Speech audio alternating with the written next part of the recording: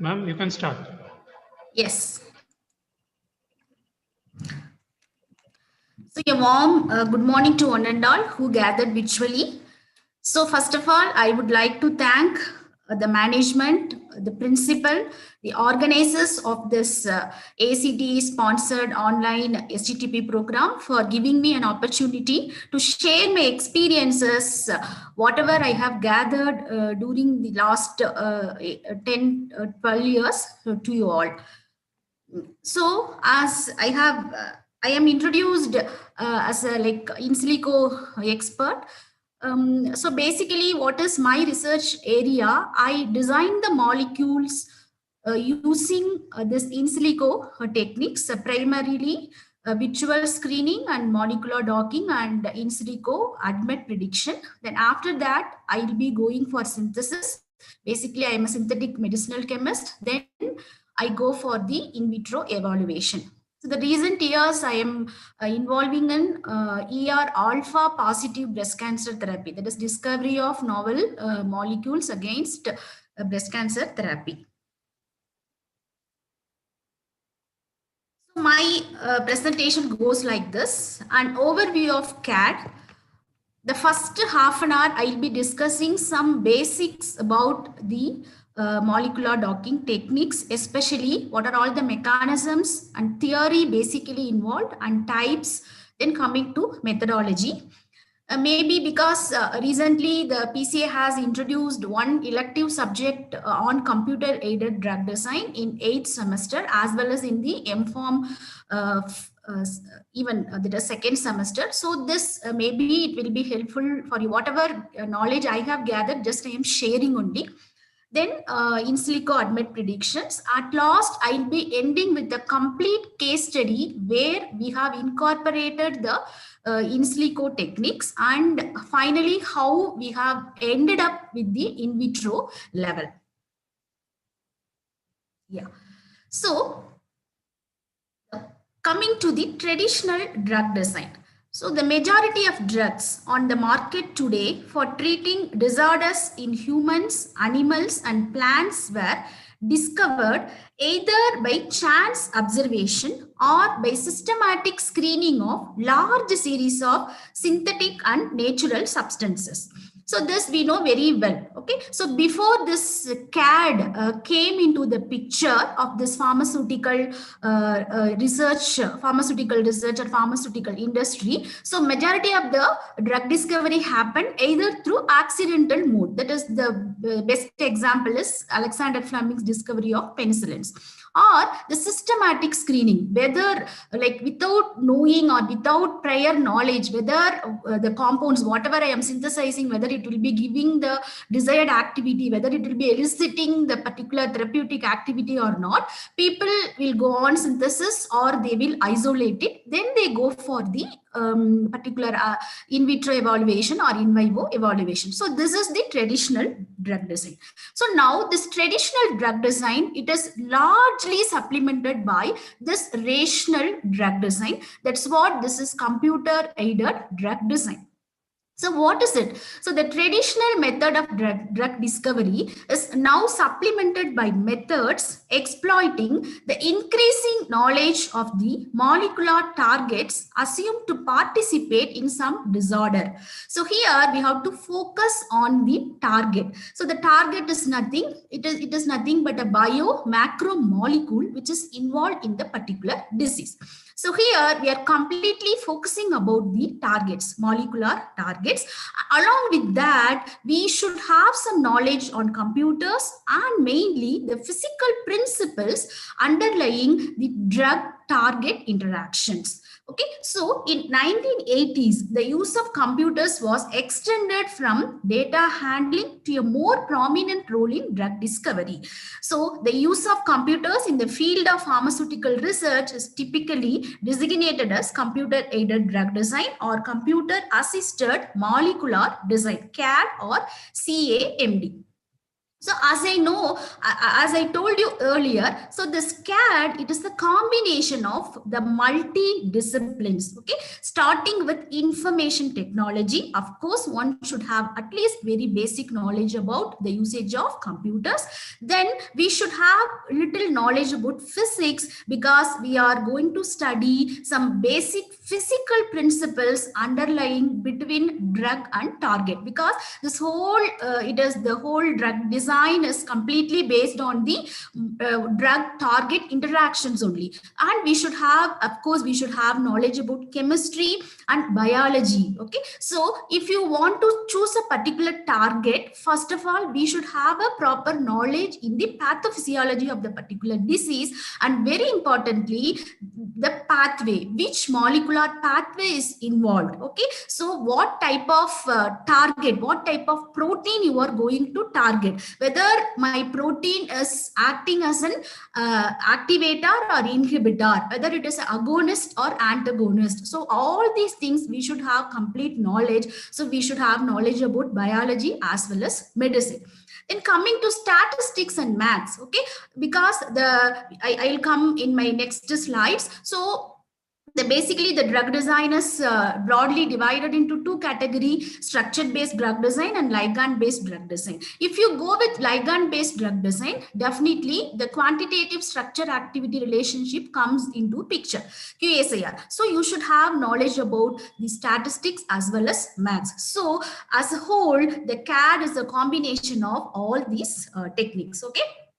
So CAD is a specialized discipline that uses computational methods to simulate drug receptor interactions to determine if a given molecule will bind to a target, and if so, what its affinity would be. Okay, so we are here simulating the drug receptor interaction. Okay, so a drug, a small molecule or drug, it is binding to a particular receptor. Okay, after binding, what is happening? Or in easy language, how strong the binding, how strong the binding affinity. So you will be measuring the binding affinity. So it's all comes under the simulation of drug receptor interaction. Okay, so in the broadest sense, CAD is the science and art of finding molecules of potential therapeutic value that satisfy a whole range of quantitative criteria, such as, for example,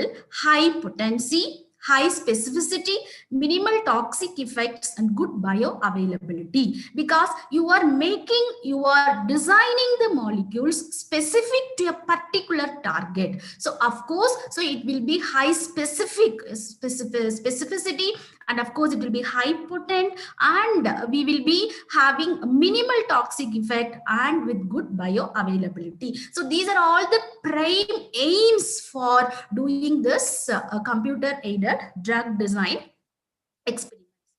And this is the process. Normally, it will be applicable for academic research also. Okay, so first of all, we have to identify the disease protein. It is nothing but the target selection. Okay, then we have to determine the structure of protein. So here, the X-ray crystallography, then cryo-electron microscopy, NMR spectroscopy, all these techniques will come over here. So we will be finding out the structure of the particular protein. Okay, then very important thing is we have to identify the active site. Okay, so what are all the amino acids present in the active site? So what are all the amino acids are necessary for the effective binding of the small molecules to the drug. Okay, then after that we go for visual screening of compound libraries. Okay, so I think this term, it won't be new to all of us, because we will do the visual screening. Okay,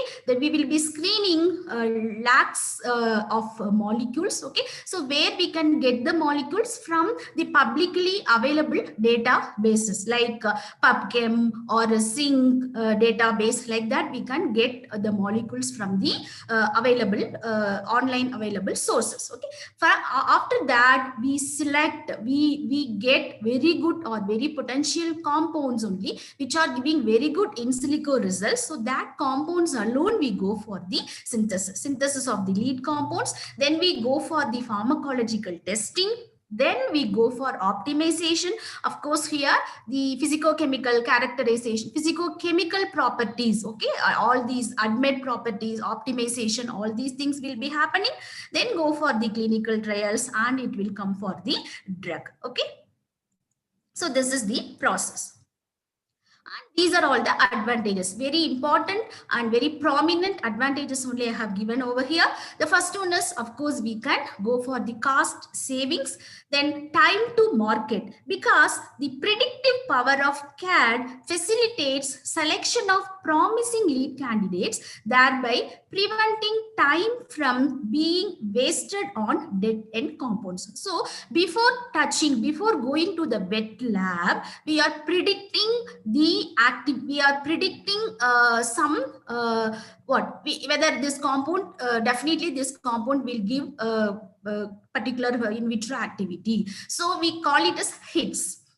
So after doing our in silico results, we will be having two sets of compounds. Of course, one is hits. So that hits you can carry on further synthesis, or if it is, you can go ahead for isolation, all those things. Then the remaining compound, the dead end compounds, we call it as duds. Okay. So again, these duds are not wasted. You can modify. You can modify some groups. Lead optimization, you can do it. Then again, further you can go ahead for your in vitro screening. So time to market, then better insight. Okay, so here I told you clearly all simulation, drug receptor interactions. Okay, so we will acquire a deep insight that researchers can get into drug receptor interactions. Okay, you have a proper picture. Okay, this compound will bind to this receptor, so my compound will bind to this residue, particularly this residue. My hydroxy group of this compound will make a hydrogen bond with this particular amino acid. So you all will be having a prior assumption before going to the wet lab. So these are all the very, very prime advantages of computer aided drug design. And of course, success story. Okay, so it started with captopril in the year of 1981. Okay, which is an antihypertensive drug, ACE inhibitor. Then it starts with dorzolamide in the year of 1995. It is a carbonic anhydrase inhibitor. Then Indenavir, HIV inhibitor, all the antiretroviral drugs, especially this HIV protease inhibitors. So this ritonavir has got some record time, because I think within 82 days the FDA has given approval, and the whole the duration has been required for this discovery is almost 8 years only. Okay, normally we know it will take 14 to 15 years. So within 8 years, the FDA has given approval for this drug, ritonavir. Then saculavir, raltegravir. It goes like this. So many drugs have been discovered through this techniques. So it is broadly divided into structure-based drug design and ligand-based drug design, where in structure-based drug design, you have a complete knowledge or a complete history about the target. The target is readily in your hand. So against the target, you will be finding out some novel molecules, some hits or novel chemical entities. Okay. Whereas in the ligand-based drug design, you have readily data of the ligands in your hand. Okay. The small molecules in your hand. So based on these readily available molecules, you will be finding out this molecules are against which particular disease. So that is called as ligand-based drug design. And this is a complete, what I can say, a flow chart. Okay, if it is, yeah, if you know the structure of the target protein, okay, the structure of the target protein is available, you can go ahead very well with the structure-based drug design, because you know information of target protein structures. Okay, you can go ahead with ligand docking, you can go ahead with de novo design, that is fragment-based drug design. Okay, where you start from scratch, you know the complete history about the target. Based on that, you design some molecules. Then you go with molecular dynamics. Of course, pharmacophore modeling also you can go ahead. Okay. Suppose if the structure of target protein is not available, you can go ahead with homology modeling also. You can design the structure of the protein by using homology modeling, and you can go ahead very well with this ligand based drug design. So where you will be getting the information of the structures of ligands. You have information about the ligands are available. Then under this, right, QSAR techniques, then ligand based pharmacophore modeling, here structure based pharmacophore modeling, here ligand based pharmacophore modeling. Then you can go ahead with ligand based visual screening also, drug likeness screening, all the simple filter techniques, simple count techniques, all these techniques will come over here. Then you can go ahead with propose new lead or optimize existing lead. At last it becomes drug candidate. What are all the different approaches of CAD? Already I have explained. So if the receptor and ligands are known, both are known, we can go ahead with structure-based drug design. If the receptor is known, we don't know about the ligand, we can go ahead with de novo-based drug design. If the receptor is unknown and the ligands are known, we can go ahead with ligand-based drug design. So what is structure-based drug design? It is a direct drug design. So here the revolution of molecular biology started in the early 1970s has led to many three-dimensional structures of biomacromolecules and their complexes with ligands and drugs. Okay, it all started in early 1970s when the scientists felt, or when they are very, very confident about the three-dimensional structures of the proteins as well as the receptors. Okay, then they came to a conclusion that small molecules or ligands can be docked to explore active sites, and de novo design is employed for lead generation and lead improvement. Okay. Now, coming to the molecular docking, it is a very well-known technique under structure-based design. So what it is? So it is a simple operation, okay, in which one molecule is brought into the vicinity of another while calculating the interaction energies of the many mutual orientations and conformations of the two interacting species. Okay, so in simple language, it is all about the operation of a combination or a reaction of two molecules. Okay, so when they bind to each other, okay, they won't be existing in one conformation, they will be existing in many mutual orientations. Okay, so out of these many mutual orientations, we will select which is the best orientation, which is the best fit. We call it as pose, which is the best pose, we will select it. Then the best pose, what is the binding energy? Okay, out of this binding energy, you will be coming to know about the binding affinity, how strong the binding affinity. So all you will be calculating the interaction energy, that is binding energy. So in broader sense, docking is the computational determination of binding affinity between a protein structure and a ligand. It involves proficient sampling of all possible poses of the ligand in binding packet of the target protein. I told you earlier what are all the possible poses. Okay, different conformations both can exist, ligand as well as the target. Okay, to ease optimal binding geometry as measured by scoring function. So how we will come to know the best conformation, the best pose, it will be measured by a number, that is scoring function. Okay, so the process of docking a ligand to a binding site mimics the natural course of interaction of the ligand and its receptor via the lowest energy pathway. At any cost, it should have the lowest energy, free energy.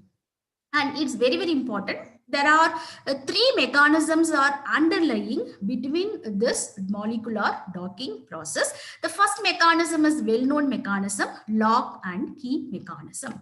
So Molecular docking can be thought of as a problem of lock and key, where one is interested in finding the correct relative orientation of the key which will open up the lock. So here key is considered as the ligand and lock is considered as the protein. Okay, we know very clear all keys they can't able to open. They can't open all locks, isn't it? So we should keep a proper key. Very importantly, the keys also should be kept in the proper orientation, proper conformation, proper pose. Then only it can open up the lock, isn't it? So the same concept here also it will be applicable. Okay. So here, as I told you, the protein can be thought as the lock and the ligand can be thought of as a key. So this is a key and lock. So same thing, your enzyme, your target. So this is the active site. So this is your key. So it should be kept in the proper orientation. Then only it can get into the target. Okay, you will get the enzyme substrate complex. So this is the very oldest model. It is the earliest model. The lock and key model is the earliest and also the simplest model to explain molecular recognition in enzyme actions. It was first proposed by Fisher in 1894. So the lock and key model assumes that the enzyme recognizes the substrate through the shape complementarity between the enzyme's active site and the substrate which are rigid in nature. But here there is one drawback. Both are considered rigid. Both are like the target as well as the ligand are considered as the rigid.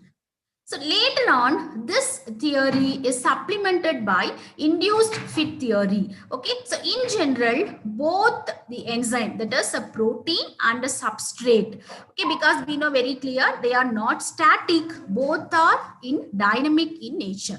So as revealed by many experiments. So the comparison between the structures of a protein in complexes, that is hollow structures and unbound protein structures, that is aqueous structures, demonstrates that the protein often undergoes certain conformational changes when forming the complex structure with its binding partner. So this is it talks about the dynamic nature of the protein. It is not in the static, always it will change. The conformation will be changed. So that induced fit theory, it is introduced by Hochland in the year of 1958 to explain the protein conformational changes in the binding process. So what this theory tells, when the target when binds to the substrate, it optimizes the interface through physical interactions to form the final complex structure. Okay, you can see over here. So this protein, it can exist in different conformation. Okay, so when the ligand, it is going and binding to the target, it changes its conformation, it changes its shape. So this is about induced fit theory.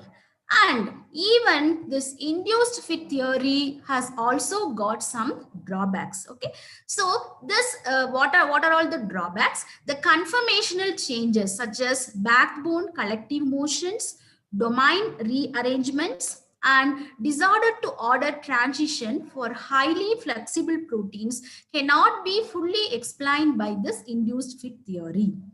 So later on in the 1990s, okay, so the conformational selection theory was come into the picture.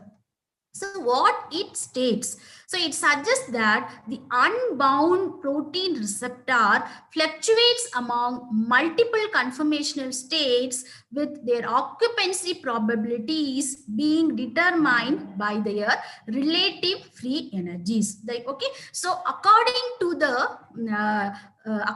the conformation of the ligand, the protein, the receptor, they will exist in different conformations. They change themselves. Okay, so only a subset of these states allows the binding of its partner. The encounter with its binding partner shifts the distribution toward these states to form the final complex structures. Okay, so as I told you, it will exist in different conformations according to the ligand's pose. So what is the main difference between the induced fit model and the conformational selection model is whether the hollow structure pre-exists before forming the complex. Now, there are some evidences that both theory, induced fit and conformational selection may coexist in many cases. And this also we know very clear, these are all the different softwares available. There are commercially paid software as well as online freely available softwares are also we have. Okay, Autodoc, Gold, then Glide, Flex, Autodoc Vina, then MOE, Molecular Operation Environment, okay, then Ligand Fit, ICM, all these are different softwares. And very importantly, these theory of docking. Like whatever software we use, okay, so it is basically it is blend of this two. One is the search algorithm, the other one is the scoring functions. So the aim of molecular docking is to give a prediction of the ligand receptor complex structure using computation methods. The first one is what? Search algorithm. It is nothing but the sampling conformations of the ligands in the active site of the protein. Okay, so they themselves, they mutually orient themselves, and they will be existing in the different conformations. But very importantly, we have to note this point: the binding. It should represent the experimental binding mode when we do the binding assay in vitro level. Okay, because we will be we will be validating our docking results with the experimental results only always. Okay, so this it should be very clear. It should be able to reproduce the experimental binding mode. Okay, then the second one is what? Scoring function.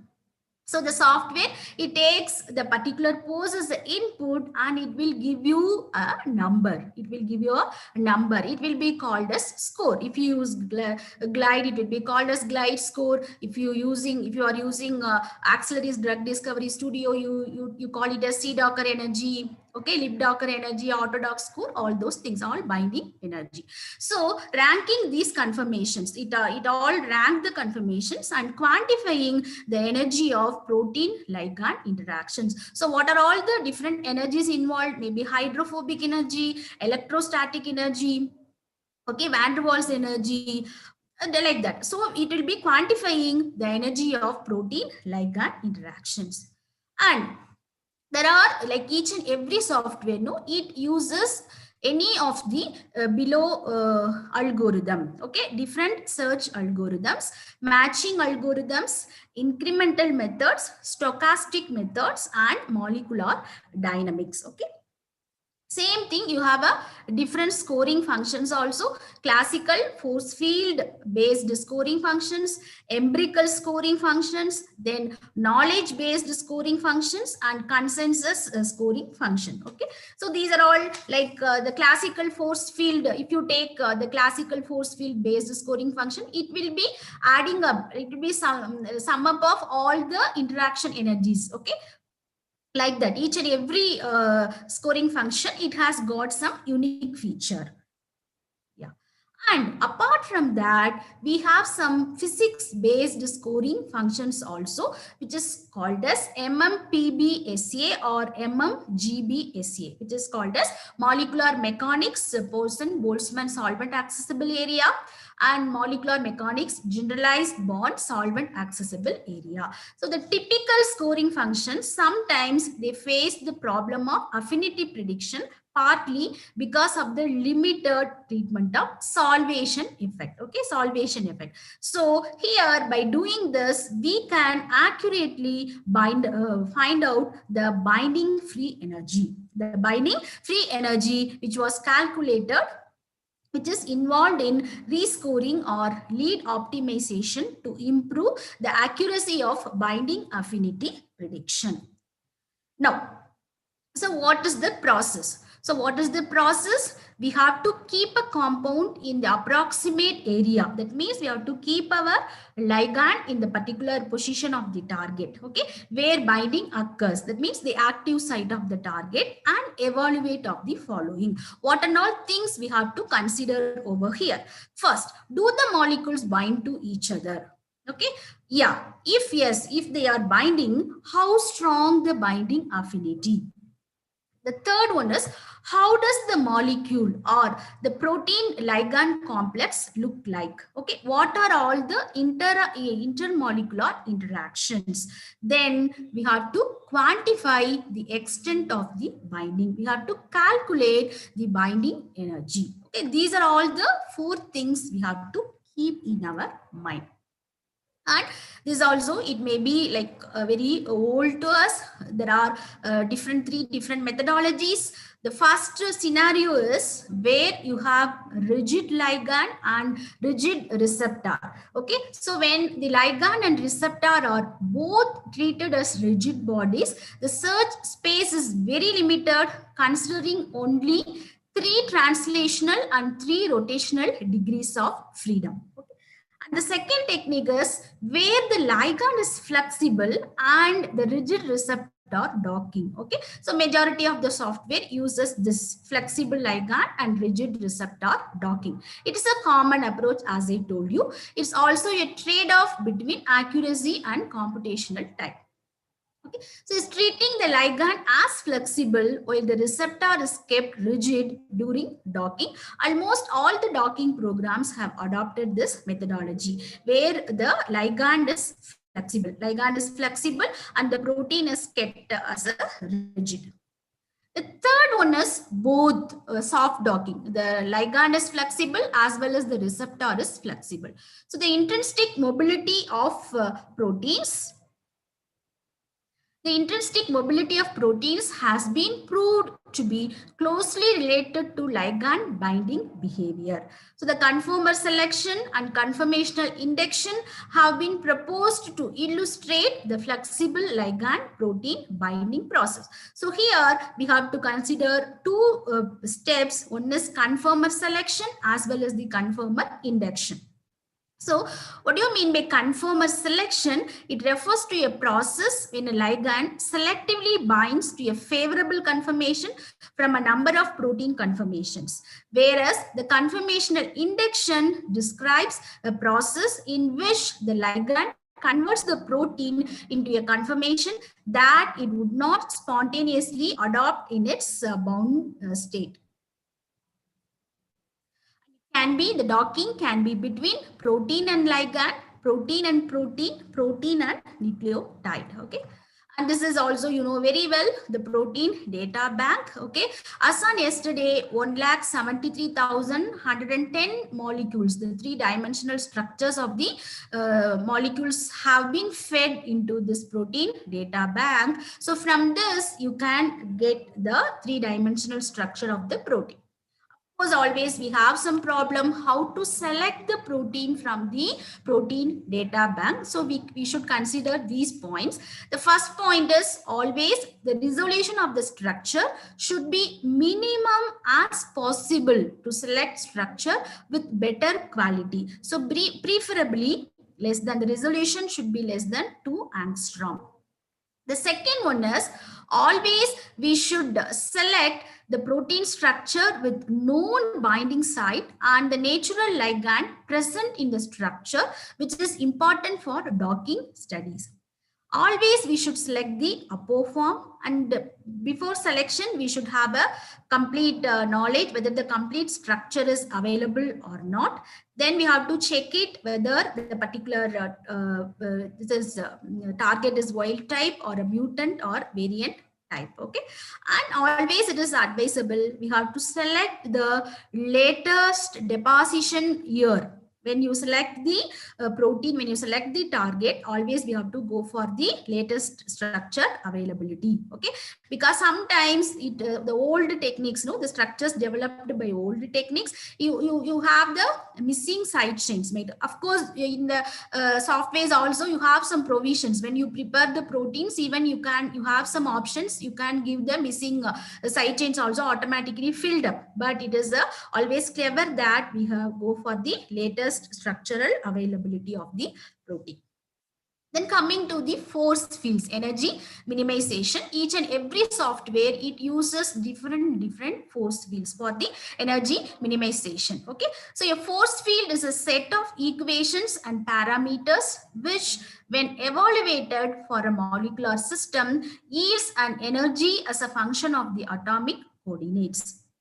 This energy expresses the cost of structural deviation from ideal values. So normally the force fields used in molecular mechanics consider the molecular system as a collection of classical masses held together by classical forces. Okay, so there are so many force fields are available, starting with OPLS, optimized potential liquid simulation, then charm will be used in Axley's drug discovery studio, chemistry of Harvard molecular mechanics, like that amber, then CVFF. So these are all the different force fields where like different softwares will utilize these force fields. And this is a typical docking workflow, whichever, like whatever software you use it. So of course the first one is target selection and target preparation. Same way, ligand selection and ligand preparation. Then you have to go with docking. Then you have to evaluate the docking. This evaluation part is very important, because everybody can do all these docking process and all. How you are interpreting for your experimental model, that is very important thing. Okay, sometimes the scoring function alone, it won't give you. Sometimes you have to see the amino acid interactions. Based on that, you have to modify your structure. So the interpretation part is very important. Okay. Yeah, so this is the first we start with ligand. You can suppose in ligands also, you can get it from the publicly available databases also, or you can design your own library, okay, according to your synthetic feasibility. Okay, I prefer always synthetic feasibility will be very important, because as academic researchers, we do have certain hurdles, okay, for funding and all. So always I choose what was synthetic feasibility. You design based on that, you design the molecule. Then you can check the novelty by SciFinder. Then very well you can go ahead with the synthesis. That's what I used to tell to my students. Okay. So you can go for this small drug molecules. Then you have to select the ligand selection, native, then actives, inactives, decoys, all those things you should avoid it. Then you can go ahead with hydrogens and charges, generate stereoisomers, set torsion angles. Then you have go for preparation of ligands. Same thing, this side you have protein, receptor, it may be protein or nucleic acid or enzymes, transform coordinates, then delete heteroatoms, delete surplus water, then add polar hydrogens and charges. Okay. It may be like it will be very basic thing. Then according to the particular software, it varies, it may vary. Then we have to prepare receptor, then we have to prepare ligands, receptor grid generation, okay, or receptor like spear generation, active site where the molecule will go and bind. The docking executed. Very importantly, you have to validate the docking algorithm. Okay, I'll tell you how to validate it. Then you have to analyze the generated code of the dock molecules. Then we have to interpret the docking results and identification of key interacting amino acid residues. This is very important, the interpretation part. Okay, so this is what are all the steps involved by using glide software, Schrodinger glide software. So this is the protein. You have to go for pre-process, add hydrogen, fill the missing loop using a prime, then study of enzyme topology. So I think these are all the different steps. At last we should do this.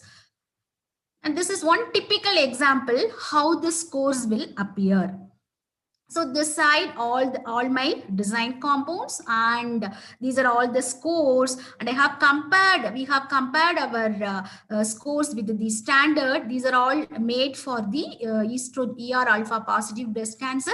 So we have compared with tamoxifen. That is also one more point. We can always compare the docking results scores with the known inhibitors or known activators. This is the one binding energy, that is G score calculation. So it is a combination of van der Waals energy, Coulomb energy, lipophilic contact term, then metal binding term, then penalty for buried polar groups, then penalty for freezing rotatable bonds, and site, it is nothing but polar interactions at the active site. So it is the combination of all these things, and it will give you one number. I told you this is the second prime important. We have to study the amino acids interactions at the binding domain or at the active site. Okay, suppose this it is a pi interaction. So down you can see what are all the different interactions. Okay, so these are all the interpretation. It will be useful when you design your experimental models. Okay, the first one is scoring part, another one is the amino acid interaction. This is, I'm not going to explain in very detail. So this is a flow chart of computer-aided drug design. So all the in silico tools, okay, it will be integrated over here, starting with SBDD, structure-based drug design, starting and ligand-based drug design. Okay, by the want of time, I'm not going to explain in detail, but this is the combination of like all the techniques it will be available. And you can see over here, one is connected to another. Okay, and finally, you have to validate by molecular dynamic simulation. So by this, I'll be finishing my first part, the basics of this molecular docking techniques. And I am coming to my second part of my talk, where I will be explaining one case study, okay, where we have integrated the molecular docking technique as well as the in silico admit technique. Okay, and finally, how we have ended up with the in vitro technique. Okay, so up to this, if you have any doubt or query, you can ask me, or the organizers, please tell, shall I continue?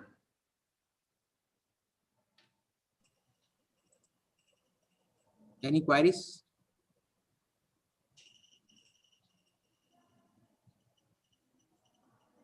Okay, ma'am, you can continue. At the last of the session, we will. Yeah, sir, definitely.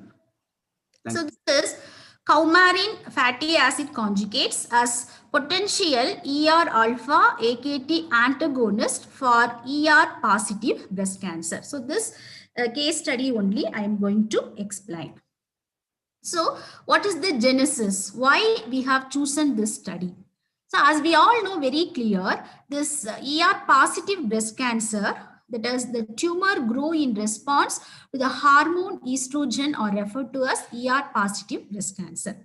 So about 80% of all breast cancers are ER positive. Then it was found that the resistance and estrogenic activity of conventional anti-estrogens major cause of treatment failure and ultimately death in the breast cancer. So what is the major drawback? Because they act as partial agonist. Normally, if you take tamoxifen, okay, it will be like acting as an antagonist in the breast, but the same time it will be acting as agonist in the uterus. So it causes the endometrial cancer. So that is the major drawback. So this is due to the lack of selective binding of these drugs and partial agonistic effect towards the estrogen receptor in the uterus. So and elevate a woman's risk of getting endometrial cancer. So that is the major research problem what we have selected. So in recent years, therefore, the researchers have been looking for anti-estrogens that lacks their partial agonist properties and has a mechanism of action different from the existing drugs. So, and further we found that ER alpha expression in tumor tissues is a favorable predictor of prognosis in endocrine treatment. So we selected ER alpha receptor. Then the second one is this ER alpha is also controlled by extracellular signal activated kinases such as AKT1G. So many studies have revealed that the overactivation of AKT1 leads to solid tumor growth. Now, we selected coumarin. Why we selected coumarin? Because the coumarin, it has got is binding affinity towards the estrogen receptor. Okay, so and there are some coumarin based selective estrogen receptor modulators and coumarin estrogen conjugates have also proven for the potential anti-breast cancer agent. Okay, especially this molecule, that is sulfamate molecule 667 coumate, as well as idosostat. So these are inhibiting or downstreaming the estrogen receptor by, they are called as sulfatase inhibitors. There are two pathways, aromatase pathway as well as the sulfatase pathway. So these two are inhibiting the sulfatase pathway. So based on the literature, we have chosen for our study the coumarin nucleus, okay, for the designing of novel molecule. That is our first thing. So what is our hypothesis? The second one is, before arriving the hypothesis, we studied thoroughly the SAR of coumarin. SAR of the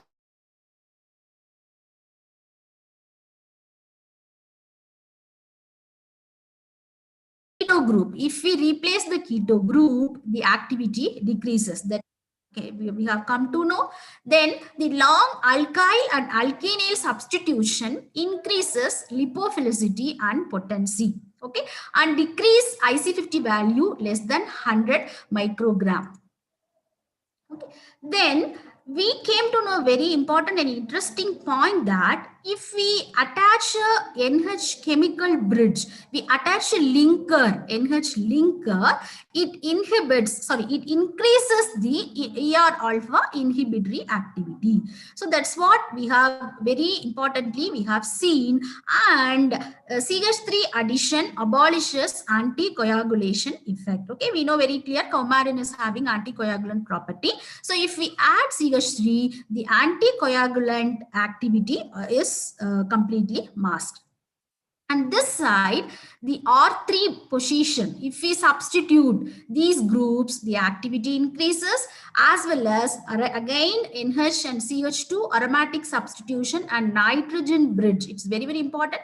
The nitrogen bridge, it down regulates ER. So all these things, we have thoroughly, taken a survey, and based on that, we developed the hypothesis that, what is our hypothesis? Yeah, so to increase the estrogen alpha antagonist properties of coumarin nucleus, it is proposed to ligate the long chain alkyl alkenyl fatty acids at 3rd, 4th and 7th position of coumarin nucleus. Okay, so when you attach a long chain, the downstreaming property will be increased. That's what we have one clue. We have a clue in for this after studying detailed study of the literatures. Then moreover, we have another clue that this omega-3 fatty acids, especially omega-3 fatty acids and this polyunsaturated fatty acids, they act as adjuvant for chemotherapeutic drugs, especially for the breast cancer therapy. So they also have got some hint. We got some hint. They can also have some like breast cancer property or ER alpha inhibitory property. So with these two clues, we developed a hypothesis. We will be attaching these long chain fatty acids at the 3rd, 7th, 4th position of the coumarin nucleus. That is our solid hypothesis. Okay, so it will inhibit the estrogen, it down regulates the estrogen estrogens, coumarin fatty acid conjugate. So what is our hypothesis? We just taken a nucleus and we wanted to attach the fatty acid moiety. So this is our objectives. As I told you, the first objective to design some novel coumarin fatty acid conjugates a specific ligands targeting ER alpha as well as the AKT, because the AKT one regulates the ER alpha. So both dual targeting in ER alpha signaling by in-silico docking and ADMET studies. Then after that, what is our second objective? To synthesize and characterize selective coumarin fatty acid conjugates having good in-silico results. Then we have to validate the in-silico results by carrying out suitable in vitro techniques.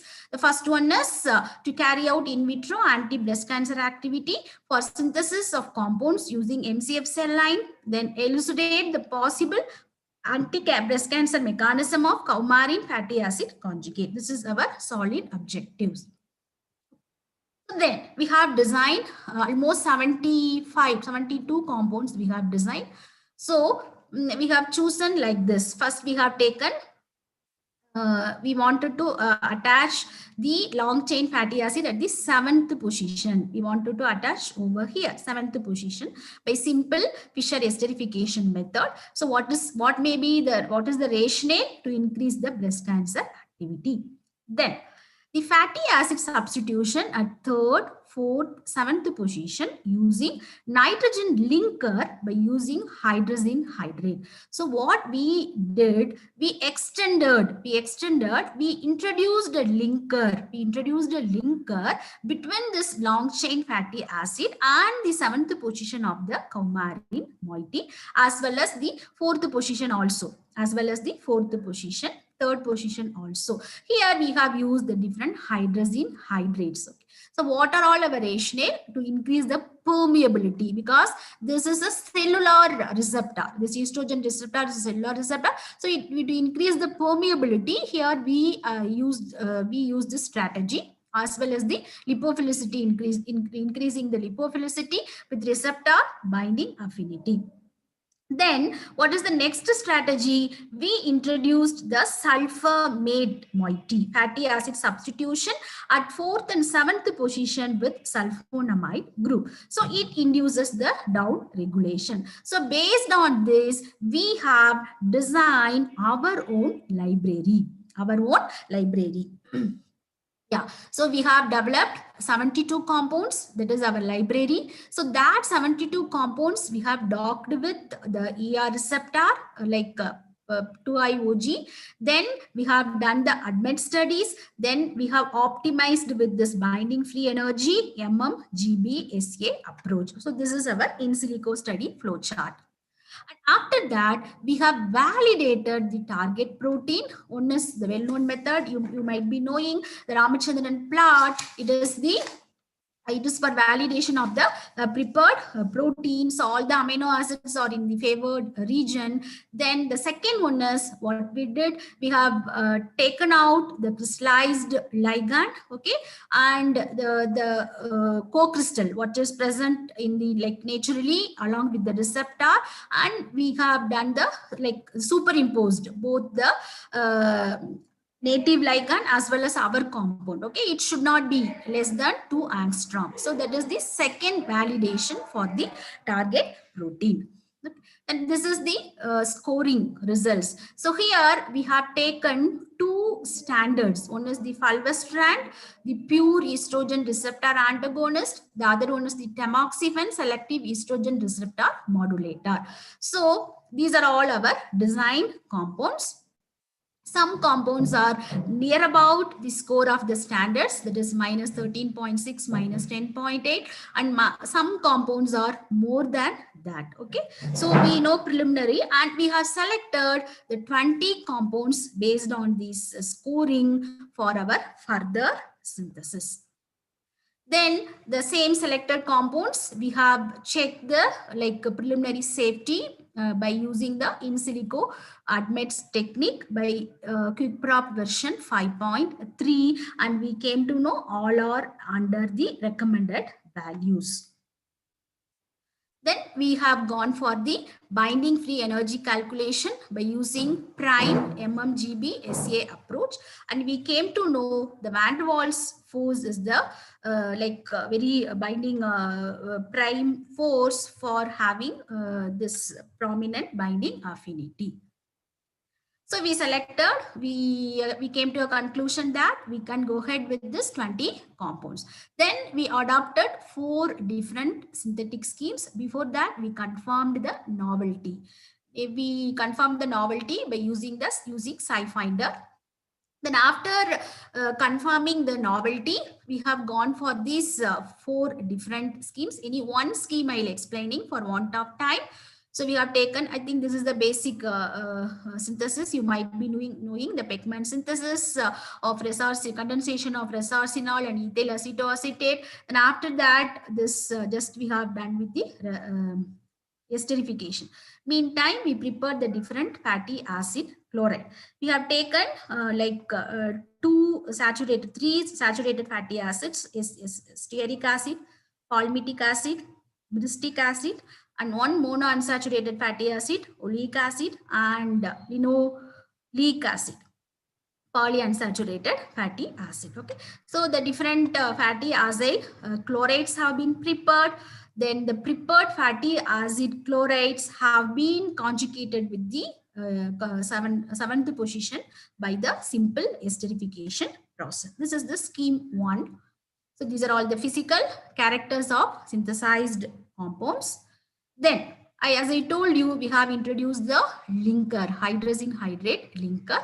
So for that, what we did, we prepared acetyl coumarins. Okay, that is, we have taken ethyl chloroacetate.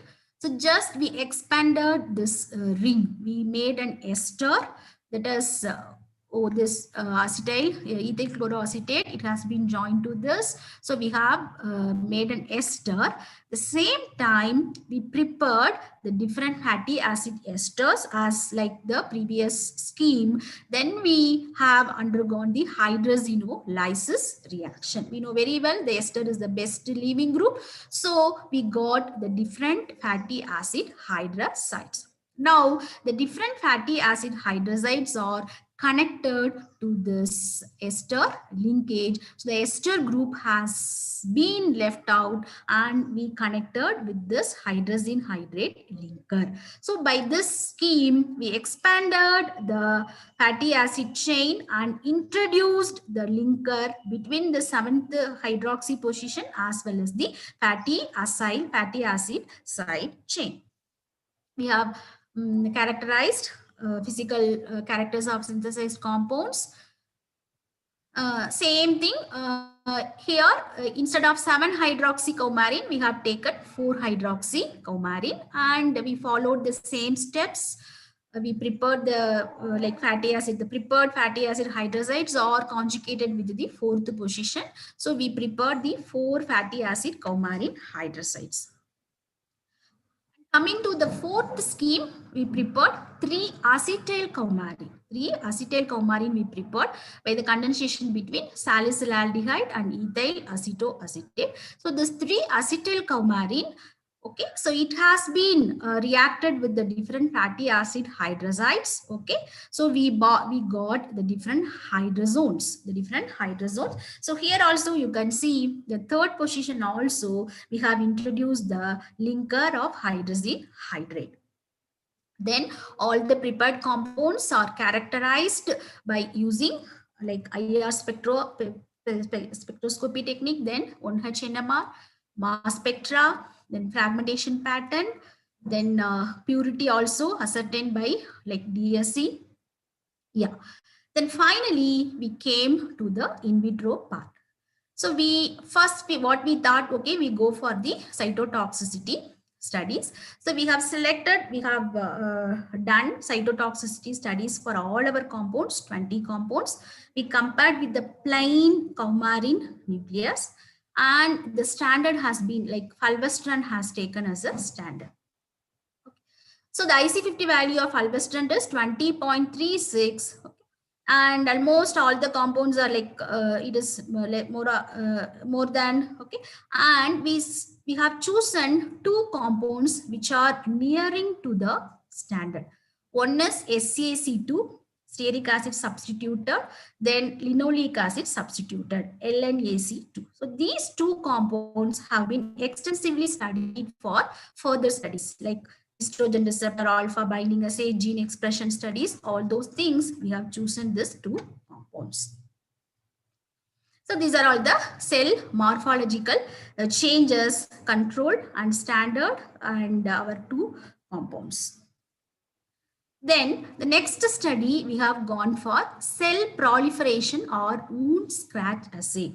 Whether we wanted to know the proliferation, anti-proliferative effects of our synthesized compounds. So by using this wound scratch assay, this is the procedure. Cells were seeded on well plate. Wound was made by scraping using microtip, and the plates were rinsed with serum free medium. Then the cell treated with controlled, standard, and SAC2 and LNAC2. That is our synthesized compounds, and we have observed the changes under microscope and photograph. Okay, you can see over here. This is the 0R. The wound has been made and the length has been measured.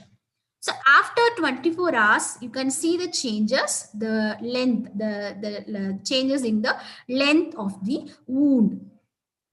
So what we found in friends, the relative wound width of MCF7 cells was calculated before and after 24-hour treatment with the compounds. The compounds showed enhanced effects on controlling the wound width of MCF cells with remarkable difference compared to the control. So we came to a conclusion that they have certain anti-proliferative effect, okay, of our against this MCF cells. Then the next study, we wanted to know the apoptosis, early apoptosis or late apoptosis or necrosis, in what way our effects. So it is done by acridine orange or ethidium bromide double staining method. The cells are seeded in well plate. The samples are added, incubated for 24 hours. Then they are strained with the mixture of acridine orange and ethidium bromide. Then they have observed with fluorescence microscope in blue filter.